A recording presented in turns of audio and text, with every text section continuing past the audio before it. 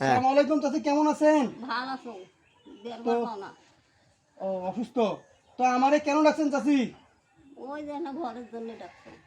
আচ্ছা, ঘরের জন্য ডাকছেন মানে কে বলছে আপনারে যে আমি ঘর দেই? উনি ইমত গেছেন। ও আচ্ছা, দেখেছেন তাই এজন্য। তো আপনার কি ঘরের অবস্থা কেমন, কি খারাপ আপনার ঘরের অবস্থা? আমার ঘরের অবস্থা খারাপ। আচ্ছা আচ্ছা, দেখেন তো ভাই একটু। এই এই ঘরে আপনি থাকেন? হুম। আচ্ছা আচ্ছা, এটা তো পুরো দেখি তো ভেঙে টেঙে একদম গেছে, হ্যাঁ একদম ইয়া নাই একদম। একটু একটু এদিকে আসুন তো ভাই, একটু সামান্য একটু দেখান তো। ও সর্বনাশ, এটা তো ঘর ভাঙা ভাই, একদম ঘর। আচ্ছা শুনেন, আপনি কি চাউল পান? আমরা যে চাউল দেই, আপনি কি চাউল পান? মাসে মাসে যে চাউল দেই, হ্যাঁ হ্যাঁ, পান আপনি? এই সেদিন তো পাইনি।